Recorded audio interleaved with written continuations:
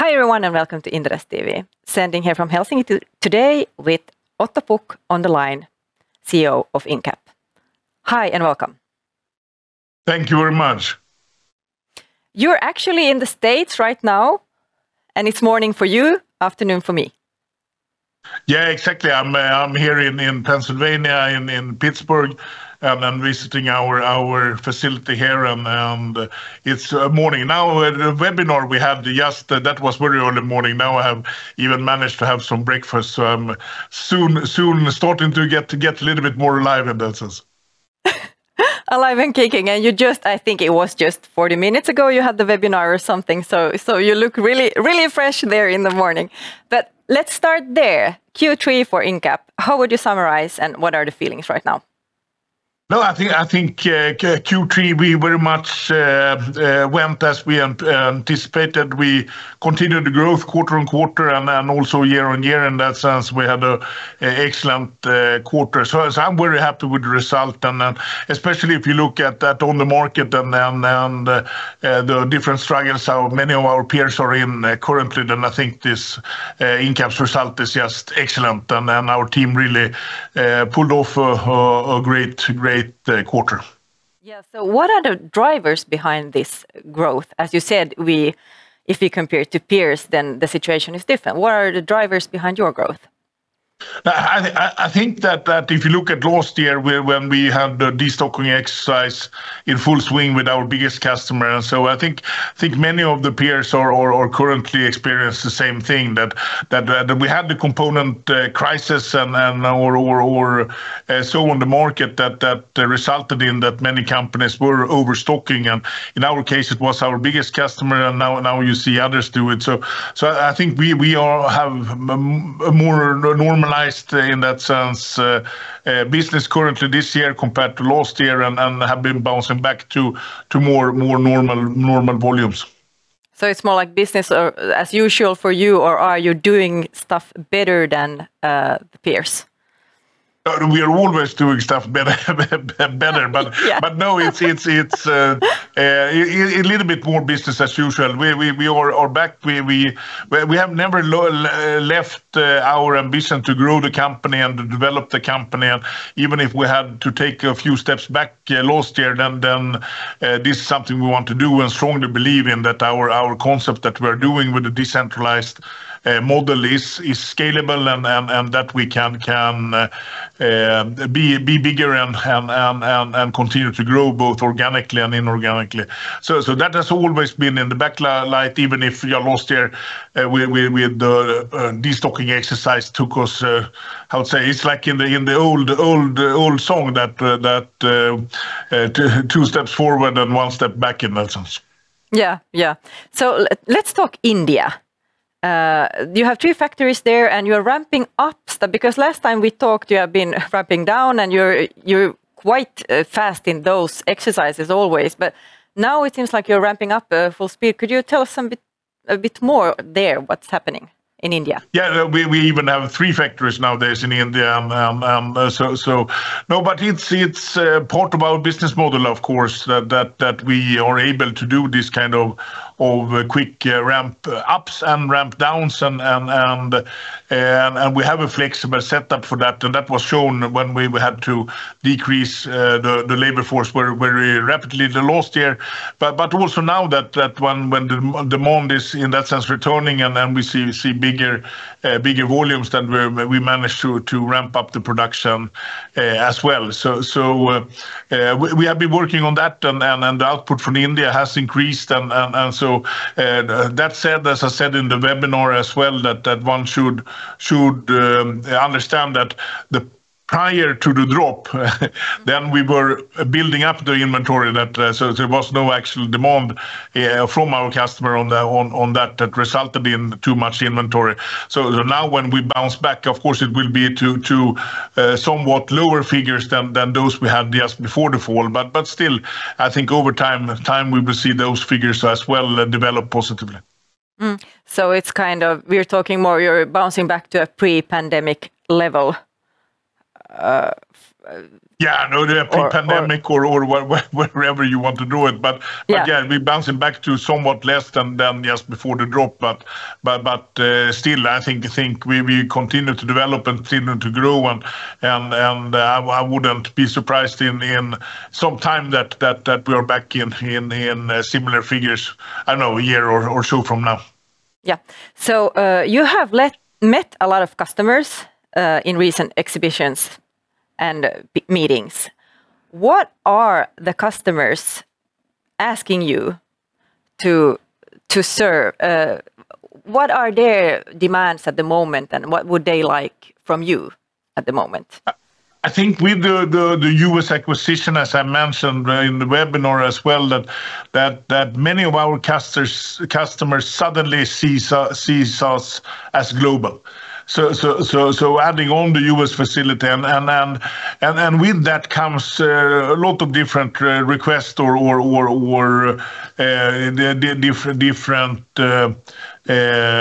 questions or possibilities for us to make offers, and that is something we are working on. So how can they benefit of our now new geographical footprint, reaching into the US market where for example, if you need a made in America in that sense, and also for American customers to reach into our facilities in Asia, in India, of course, and in Europe as well. So there's a lot of talk around those kind of opportunities. Otherwise, I think the big trends in the market or remain the same, and our customer needs follow those as well. So we still see manufacturing moving out from China and opportunities that arise through that, and of course opportunities through different mega trends like renewable energy and others that very much drive the demand on the market.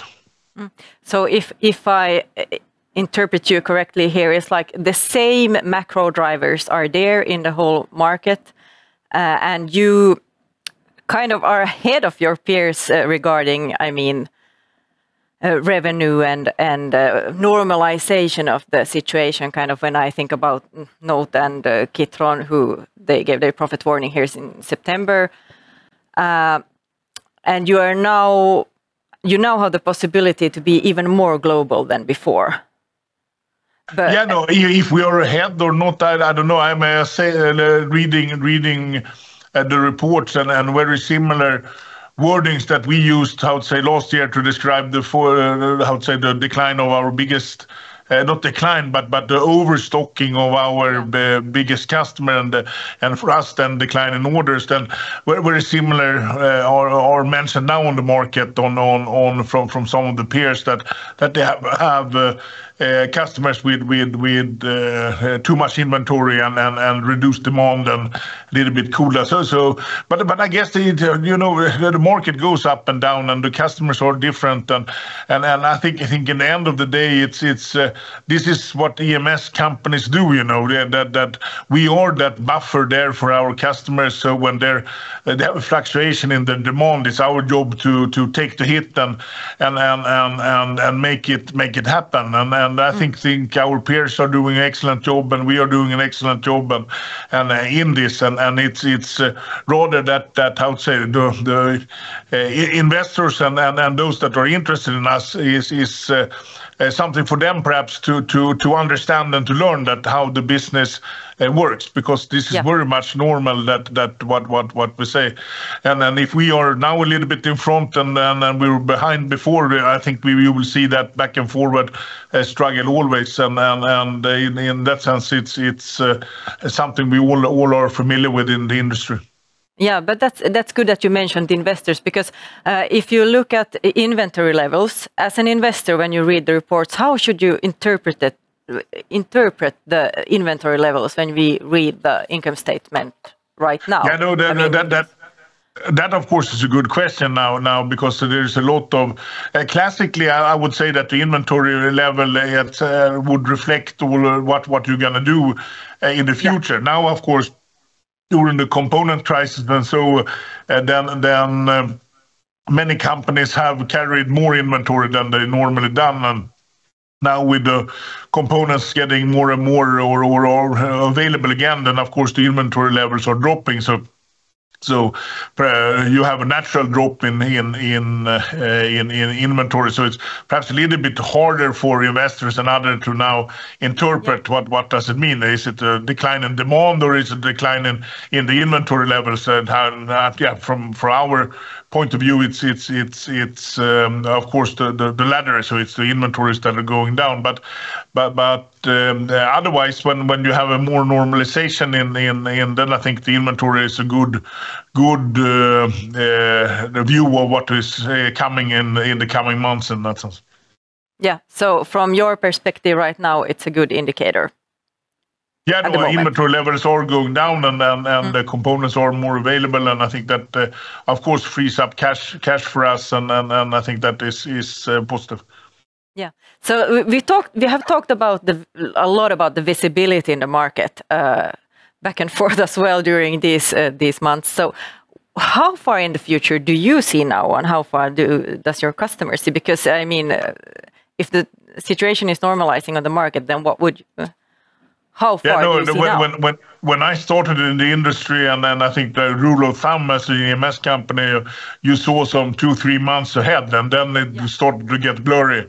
And now when the components were not available, and during at that time, then suddenly we had visibilities to 1 or even 2 years with some customers, because they needed to place long time forecasts or binding orders to secure materials. Now the materials are available in the larger scale again, and there is no need. And we already flagged that when the visibility started. We said that this we expect this to come down, and now we see it has come down. And of course from us now in budgeting period, then we need to do our analysis that what is the visibility thinking, or is there any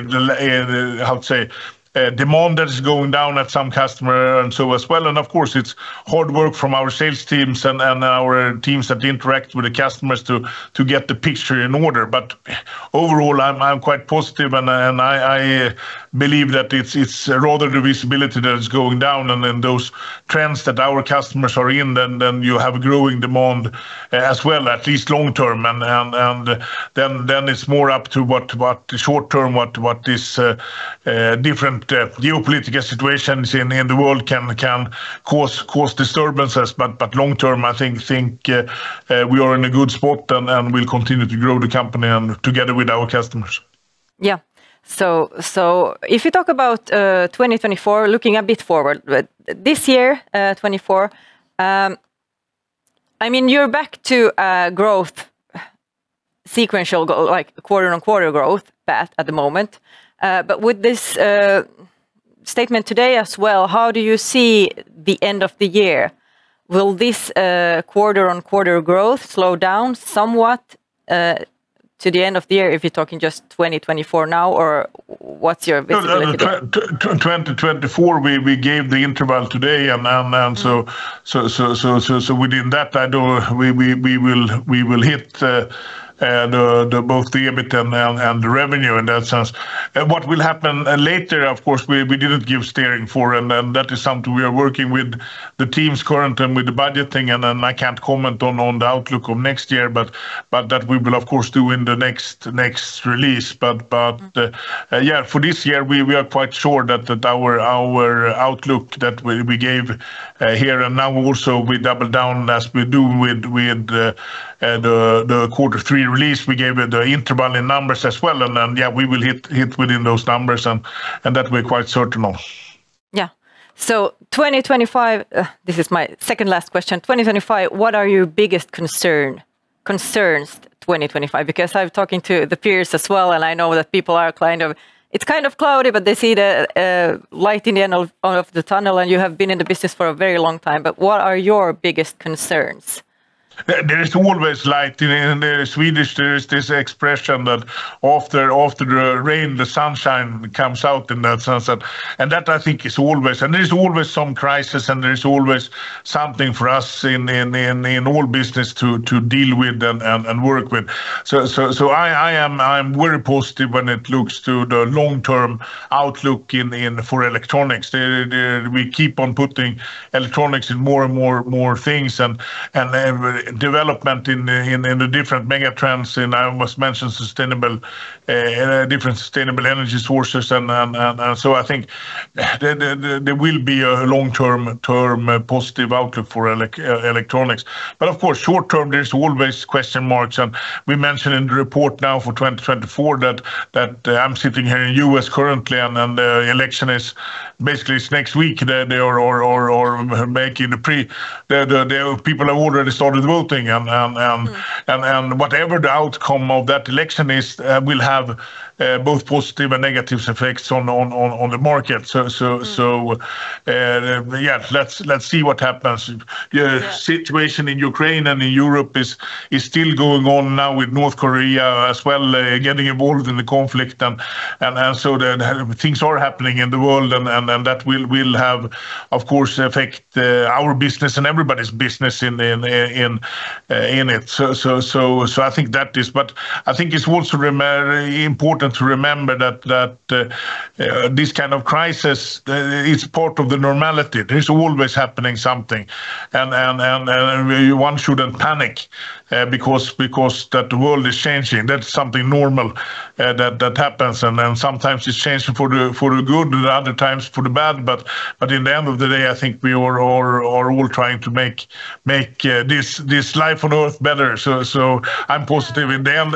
Okay, are full of wisdom. Yes. I mean, there's always a crisis somewhere, and after rain, the sun always shines. One last question. We've talked about this before, M&As, and you have been really successful in those that you have done. And I mean, the US, it's a bit over a year now, and I know because I talked to the peer Johannes Lind-Widestam here a couple of weeks ago, and he said something about that there are a lot of objects on the market, but the problem right now is agreeing on the valuation for everyone. And you have been out looking. I know that at some point you also said that Germany could be interesting, but tell us what you can tell at the moment.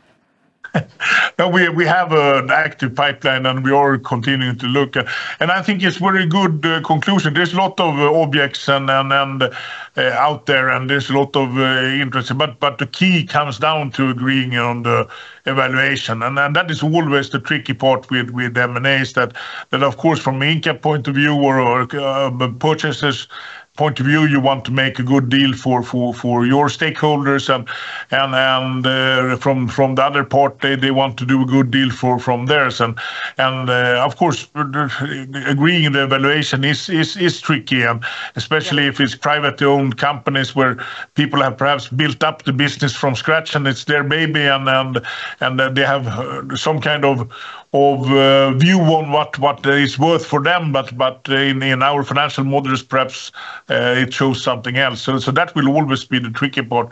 That said, as you mentioned, we have had a good track, and we have been able to find good targets and develop those. And I think the key thing is not only to find and make the acquisition, is to integrate those. And there, I think we have a very good, strong track record on making these sites part of us and part of our culture in that sense, and I am quite convinced that we will continue with that as well. If that is in Germany or here in US or somewhere else in the world, nobody knows. That will the future tell, and we will let everybody know in due time. But you have a pipeline. Of course, we have a pipeline, and we have a dedicated team that we're working with M&As and on a weekly basis. So. Interesting. Thank you so much for taking your time, Otto Pukk. Yes, thank you for having me. Thank you.